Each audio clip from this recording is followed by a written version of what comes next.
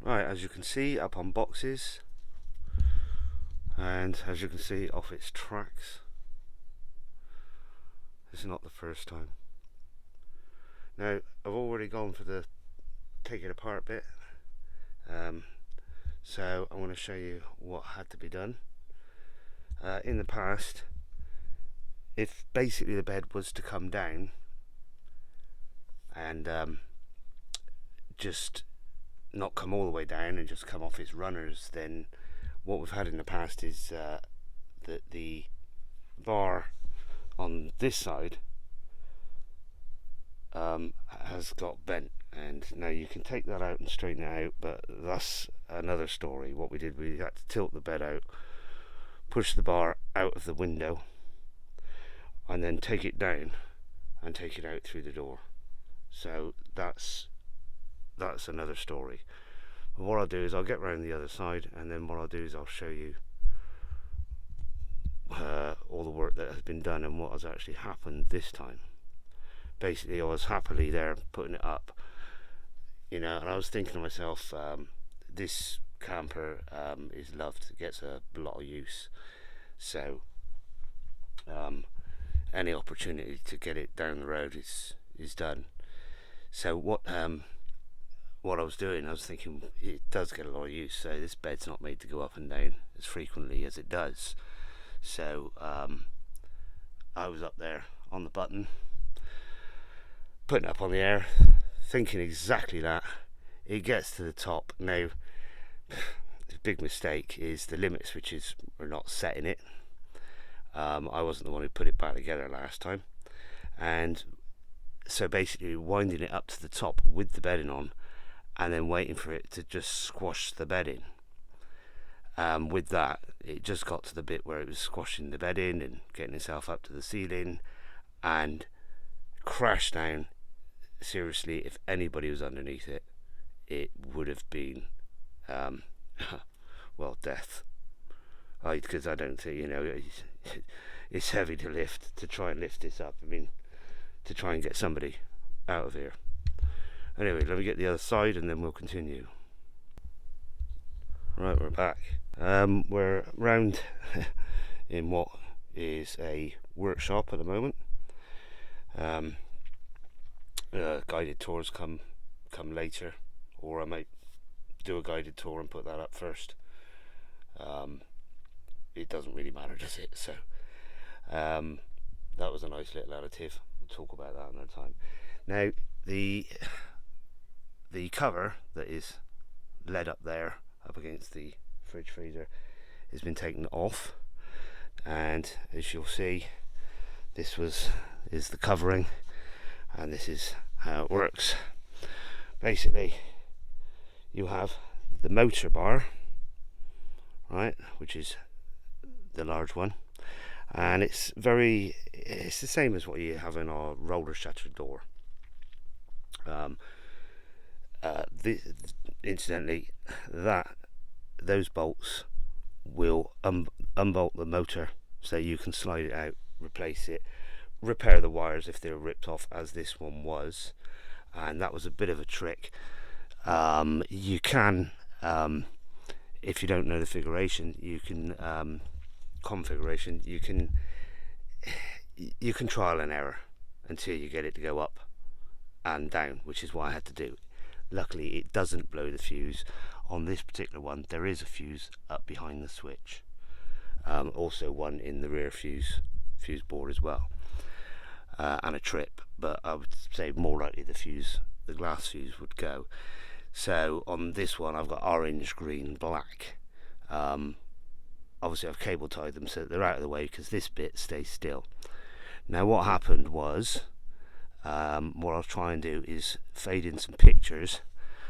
This bracket here snapped clean off, so basically the motor then is just not connected. This is free spinning, and the whole lot just came down, and it came down on its tracks, which probably helped to slow it down a bit.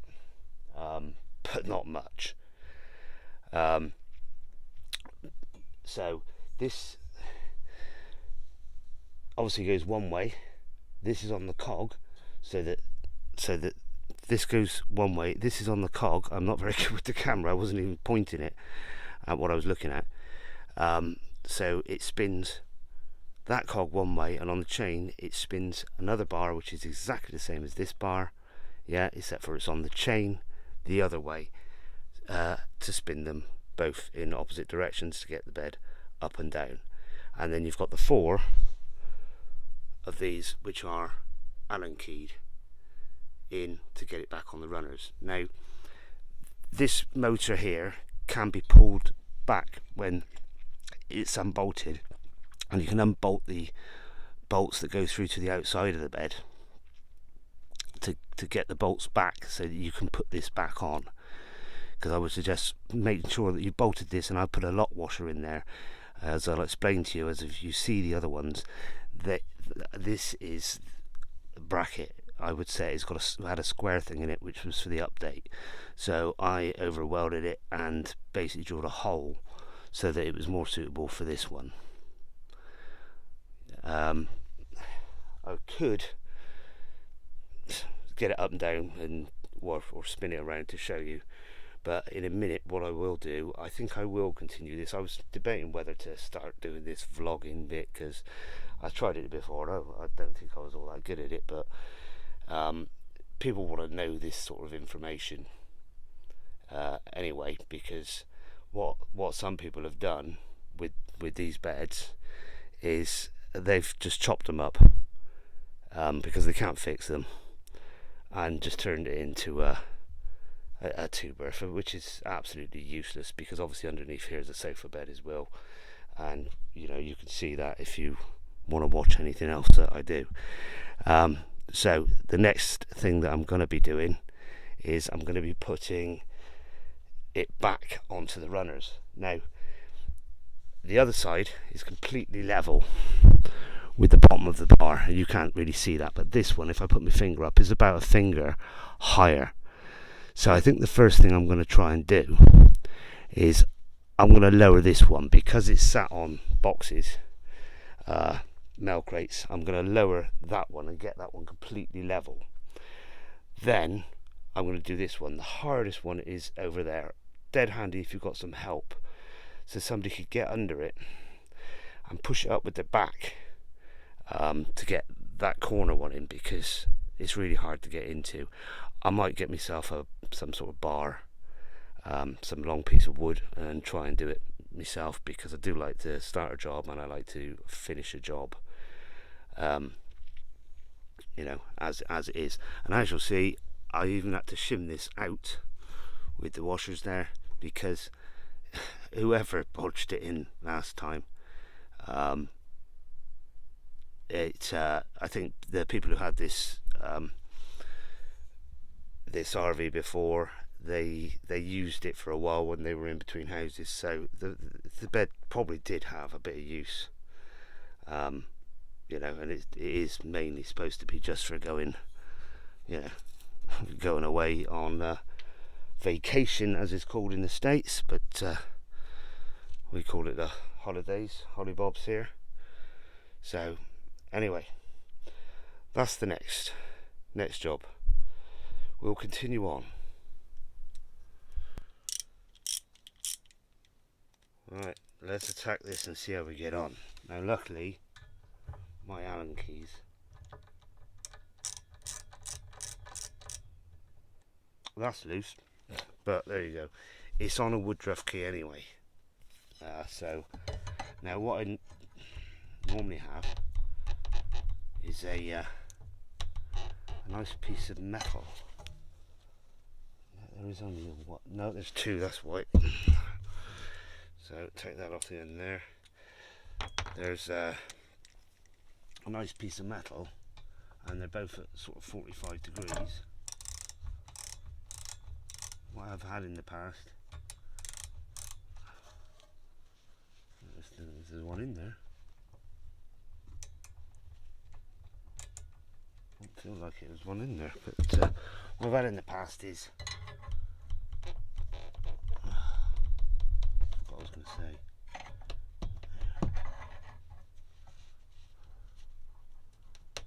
you've got to go up and down to get these so they're visible.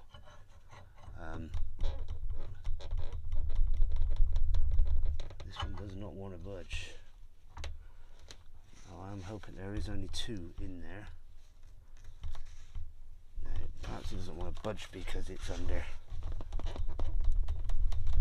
These things have been back and out, so they should move, otherwise I would have soaked them overnight.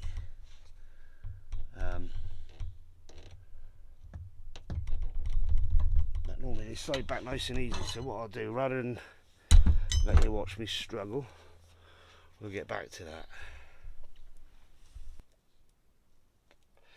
Right, I did get this one to jump down a cog, so I'm happy with that.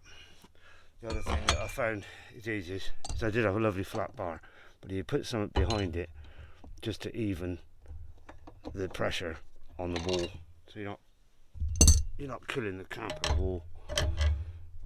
We all call it a camper, we don't call it an RV. So now let's try and get this back out, which should be easier. There you are. Now I'm not going to force it all the way out yet. I just want it to hold on there. And it'll hold on the, as you can see, there's a woodruff key there, which it will hold on to anyway. So what I've managed to do is I've managed to pull this side now back enough so that I can get it back up and on the tracks. But I am going to need to either have some help, or I'm going to just try and go and get some bars to lever that up. I don't want to put anyone through the pain, but we've got it on. But there's a much larger gap this side than that side, so what I want to do is keep them loose. Now basically they're sort of level. Yeah, I get my hand so that is level with the bottom and the cog, so I'm sort of happy with that. Now I've got to try the other side.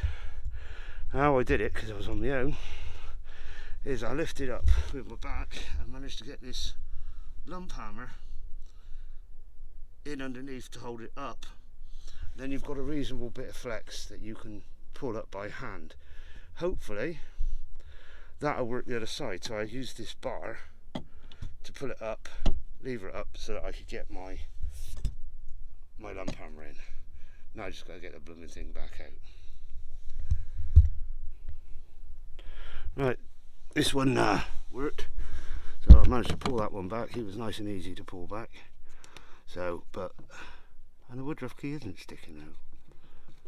So I do wonder why it's scratching the wall, but no, the woodruff key is moving.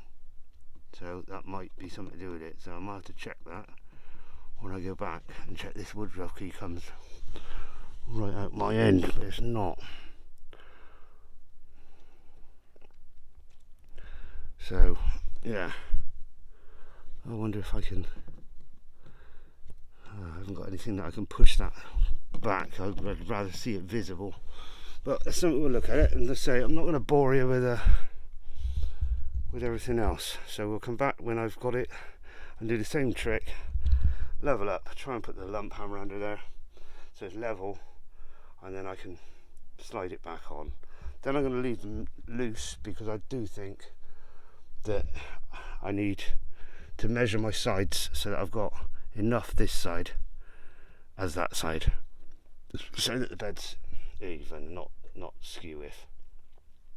Do it properly. Okay, the finale. I should have done more for screen time really, but I'll get into this. I mean, it's like everybody. There's a guy that I watch. I like old American cars and stuff, and that was why I love this RV so much. He's Bill from Curious Cars, and yeah, everybody starts somewhere, and if you look at him now, it's pretty much all he does for a living, I think. Obviously trades cars as well, but what a lovely life. As you can see, we're back up, but it's still a workshop because we've got our safety pins, which I will now, after what I've seen happen, never walk under this without them, and definitely double check the pins before you even drive. Make sure it's one of those things, as with putting your electric your jacks up. But as you can see, this side here has to go up a couple of cogs. That can be made a tiny bit easier by the fact that you can just put extra crates on top. Because it's now mobile, I can lower it down and it's more level and balanced. So although the trouble is, when you pull one of these cogs back, when you pull one of them backwards, the other one can jump off, and then you've got a whole thing to do again. I like to get a job done, so I did it on my own. To have somebody with you is, have a few beers and just, don't try and kill yourself on it. But that's exactly what I'm going to do now. And then once we're all done and it's not a workshop anymore, what I'll do is I'll put up an RV tour, and everyone can look around and see. I had a nice fireplace which was on the wall there, because the wall had obviously got damaged in various other times, so I thought, it would cover it up.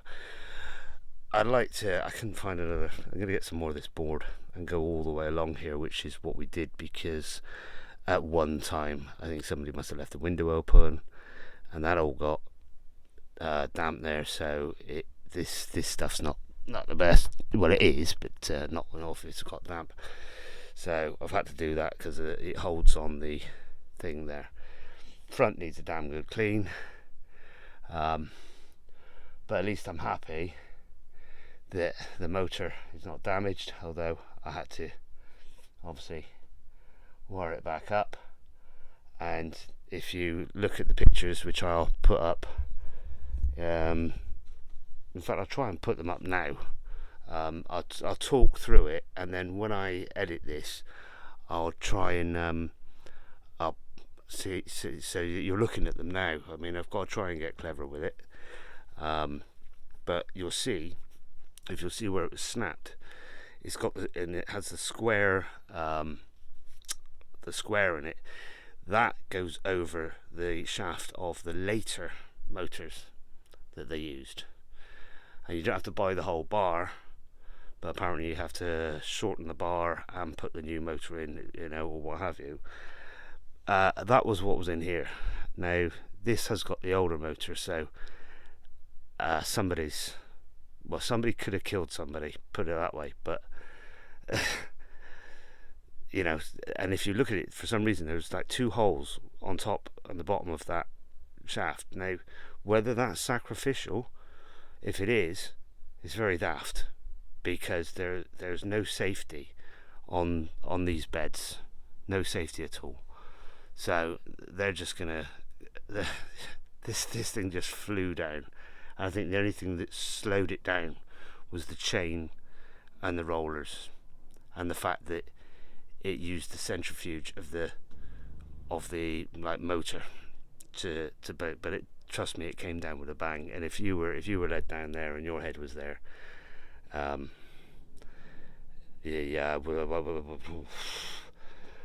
wouldn't even want to see it. But anyway, it's back up for now. I hope you've enjoyed this one. Okay, so I learned that the battery goes out and all sorts of stuff, so I'm just going to do a blank finish without anything, and just hopefully it all works together. Do the like and subscribe. I don't know what all that means, but here we go. Here's the ending.